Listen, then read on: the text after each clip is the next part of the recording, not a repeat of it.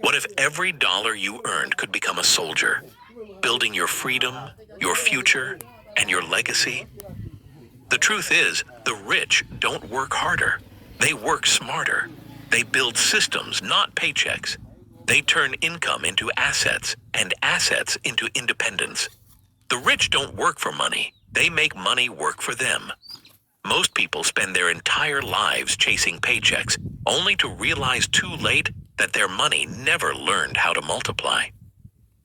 This audiobook, 7 Ways to Make Money Work for You, will open your eyes to the truth about financial freedom. It's not about how much you make. It's about how wisely you use it.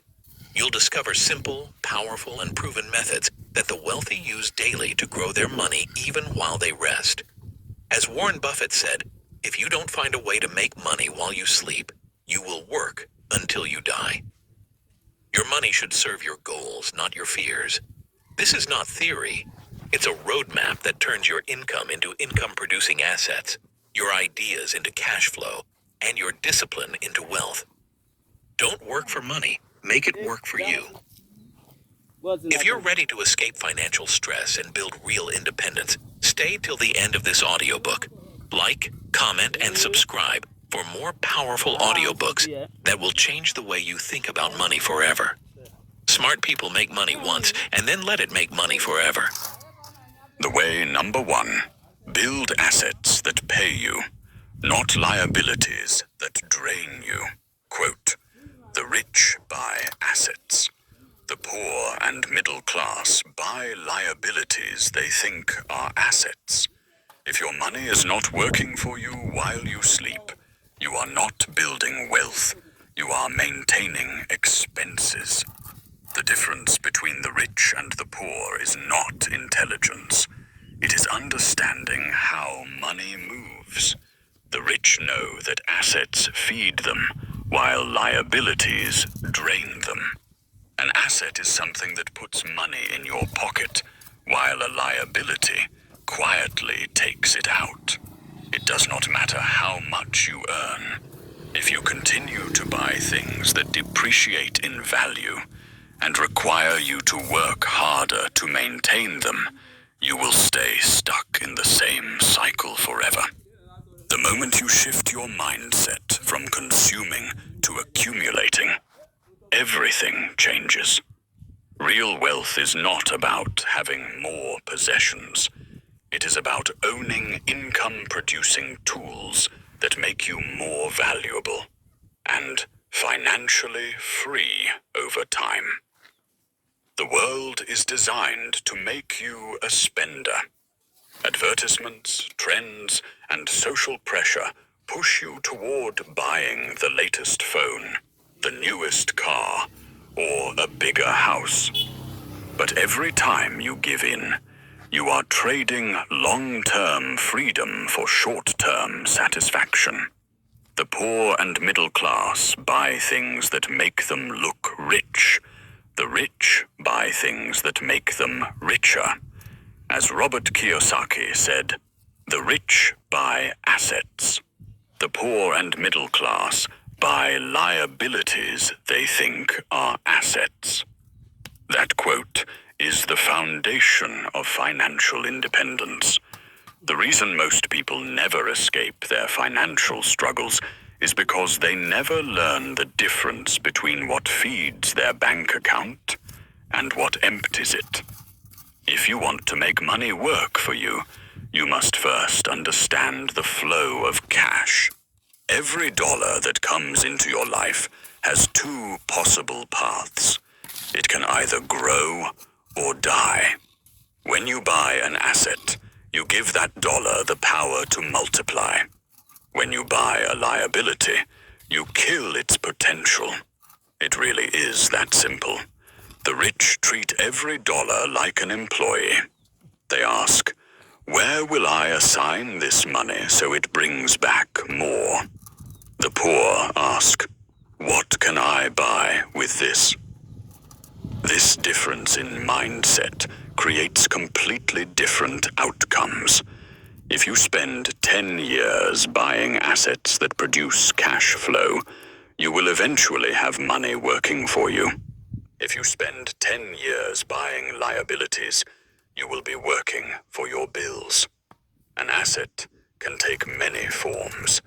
It can be real estate that pays you rent every month, dividend-paying stocks that deposit money into your account, or a small business that grows without your constant effort.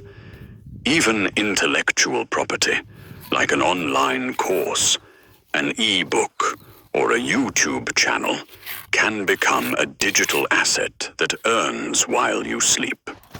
The key is ownership.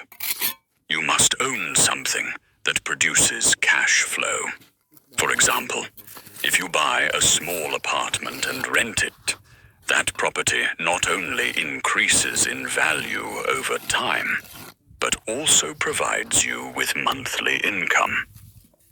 The same $50,000 that could buy a fancy car could instead buy an asset that generates $500 a month. 10 years later, the car will be worth almost nothing. But the property will likely have doubled in value and earned tens of thousands in rent. That is the difference between buying status and buying freedom. Liabilities are the silent killers of wealth.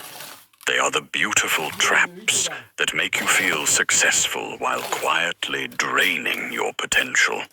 Your car, your credit card debt, your unnecessary subscriptions, and your impulsive purchases all fall into this category. They make you look good in the short term, but enslave you in the long term. Every liability you add to your life becomes another chain around your time. You begin to work not because you want to, but because you must. And when you must work to survive, you have lost control. Freedom begins when your money starts replacing your labor. Building assets requires patience and discipline. It is not exciting in the beginning because results are slow. You may invest in a small stock portfolio, buy your first rental property, or start a side business that earns only a few dollars a day. But over time, those small streams of income merge into rivers. Compounding is the invisible force that builds empires. A person who consistently reinvests their earnings into more assets will one day wake up to find that their money now works harder than they ever did. The key is consistency, not luck. Most people never see compounding work because they stop too early or spend their profits too soon. The rich let their assets mature. The poor cash out at the first sign of gain. Another powerful habit of wealthy individuals is measuring cash flow before making any financial decision. Before buying anything, they ask one question. Will this put money into my pocket or take it out? This simple test separates productive purchases from destructive ones. For example, instead of buying a new $1,000 phone, you could invest that money in dividend-paying stocks that yield 8% annually. That means your money would earn $80 a year without you doing anything. In a few years, the returns from your investments could pay for that same phone without touching your principal. That is what it means to make money work for you. In contrast, the average person spends everything they earn on consumption. They buy the latest gadgets, designer clothes, and fancy cars, all financed through credit. Their income goes straight to paying off debt and maintaining appearances. They look successful, but behind the scenes, they are trapped in a cycle of dependency. They work to pay bills, not to build wealth.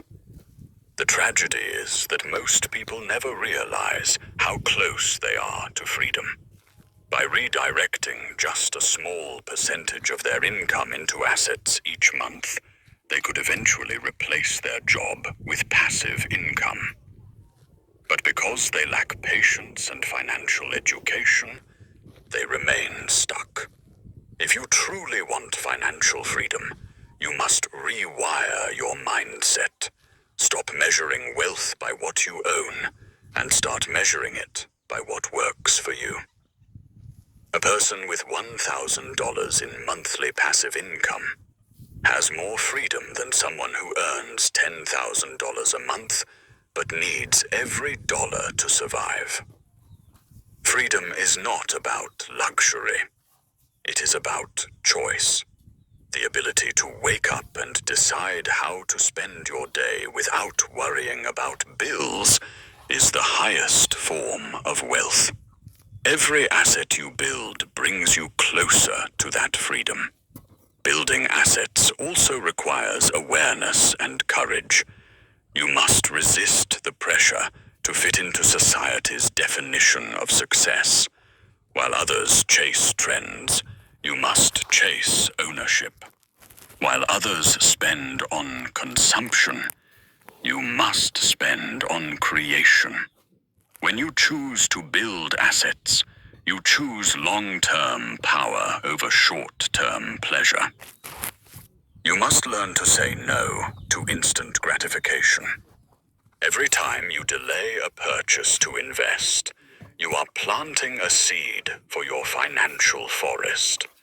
That seed may take years to grow, but when it does, it will feed you for life. The journey from spender to investor begins with one decision: to make